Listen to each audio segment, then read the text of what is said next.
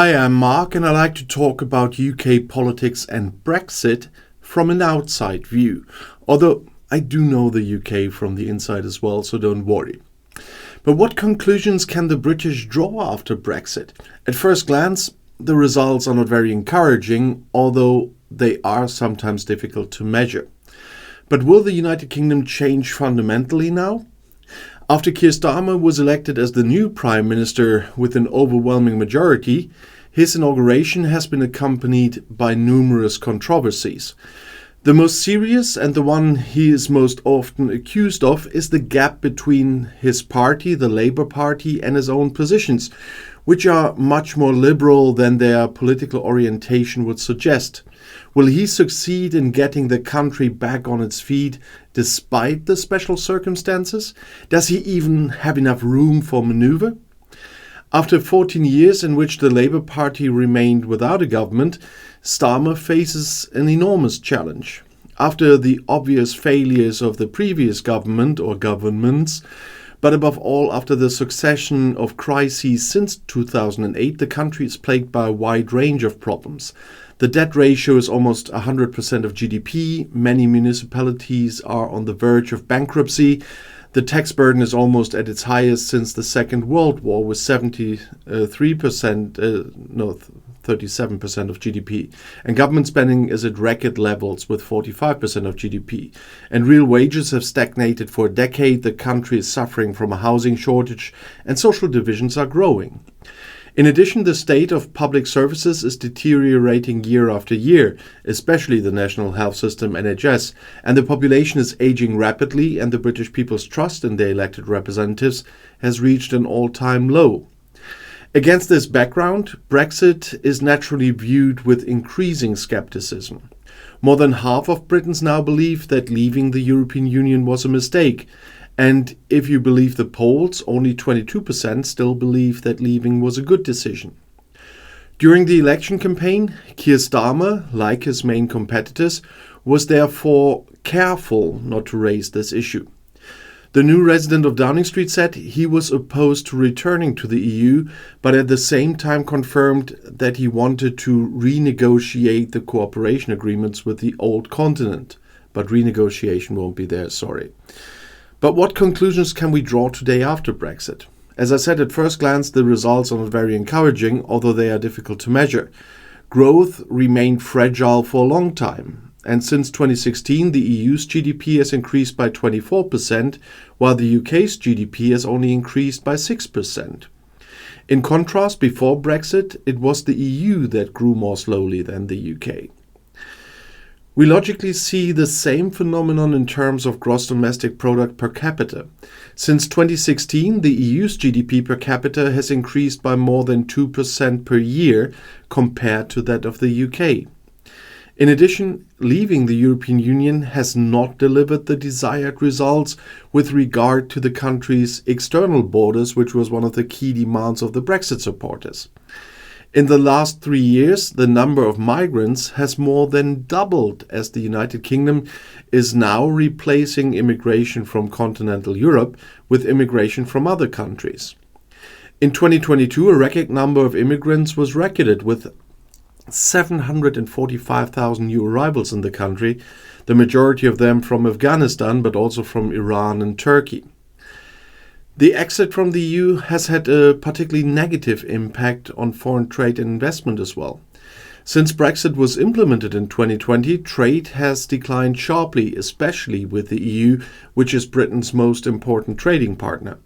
And compared to other industrialized nations, the United Kingdom's trade in goods performed around 15% worse. And at the same time, leaving the single market has given the country new room for maneuver and enabled the signing of new trade agreements. But unfortunately, they only managed it with Australia, Singapore, and New Zealand. As a result, the UK also became the first European country to join the Trans-Pacific Partnership, the CPTPP agreement, but it won't help much. And negotiations remain difficult with regard to the large promised trade agreements with the USA. At the end of 23, exports to non-EU countries were therefore unchanged, while imports had fallen by 10%. And in terms of investment, leaving the EU has hit British companies hard, especially the small and medium-sized enterprises. As a result of Brexit and the new national non-harmonized regulations, they are forced to bear additional costs for each product category. In total, the country's companies have to spend almost £330 million a year on this. And this is logically reflected in investment, which has fallen by 20% compared to the pre-Brexit period. Despite this alarming figure and the fact that some British companies also have to deal with lengthy administrative difficulties, they say they have freed themselves from European standards and can now implement certain strategic patentable innovations. And that would be a major gain for the country, but we haven't seen anything there yet. Although the impact on these two areas with trade and investment is hardly disputed, more contradictory results can be observed elsewhere. The labor market, for example, has become significantly tighter, with a significant shortage of workers, particularly in the health sector, the hotel and the catering sector, and transport. The unemployment rate is extremely low, at less than 5% compared to over 6% in the Eurozone. From an industrial point of view, Brexit appears to have been a good thing, as British industry is on the rise, while deindustrialization is progressing at an unprecedented rate on the old continent as a result of Europe's internal divisions from time to time. Not only is productivity in the sector growing much faster than in other OECD countries, but it has also enabled the UK to overtake France as the world's 8th largest economy. Finally, in the financial sector, which accounts for 10% of UK GDP, London so far has maintained its position as the most important location in Europe, despite the large American investment banks relocating thousands of employees to Paris. Brexit has so far only led to a temporary loss of confidence in this area, as London's major financial centre, the city, continues to offer the country and its companies a decisive competitive advantage, both in the investment sector and in accounting, taxation, auditing, etc. But Brexit hasn't reached that sector yet. While trade in goods is declining, exports of services are on the rise, recording an increase of 12% compared to an average growth of 9% in other G7 countries since 2020. And one point is often forgotten in the Brexit debate. The exit from the EU was not only politically motivated, but also by the financial sector, and in particular the shadow banks, that means hedge funds and monetary funds and stuff like this. By massively supporting Brexit supporters, they became major players in the Leave movement, with the aim of freeing the country from EU regulatory provisions on financial matters. The United Kingdom also retains, as it has always done, control over its monetary policy and therefore its currency. Although the British pound has become more volatile after a historic fall following the implementation of Brexit, this is nothing compared to the trouble we sometimes see in other places. The pound remains relatively strong, and it still is much weaker than before 2016. And we must not forget the financial part once again. As I have said, Brexit has not even completely reached this, because for a lot of things with the financial sector, there are still transition periods working at the moment. And when they run out, we will see the full impact on the financial markets. What we've seen so far was very, very small things and very, very small impacts on this very important industry for the UK. And that will make a big difference when euro clearing will have to return to the EU and will have to leave London because of, first of all, the regulations inside the EU regarding euro clearing, and that companies will not be able to do this. But when taking stock of Brexit, we must also recall the historical events of recent years. The poor economic results are in fact not only due to Brexit, but also to numerous other crises in the recent past, from the health crisis to the war that Russia is waging on the Ukraine and the geopolitical tensions around the world.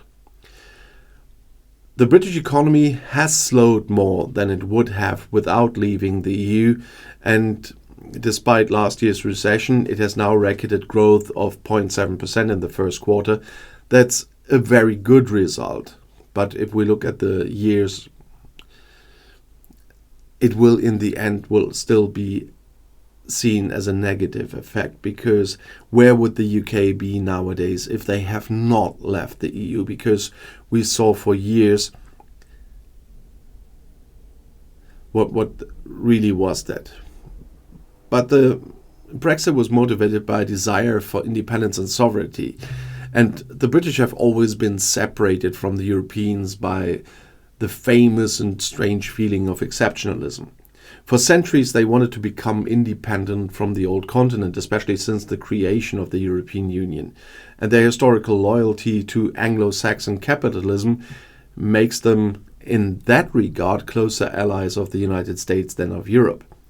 But in these special circumstances, the new Prime Minister has outlined his economic program.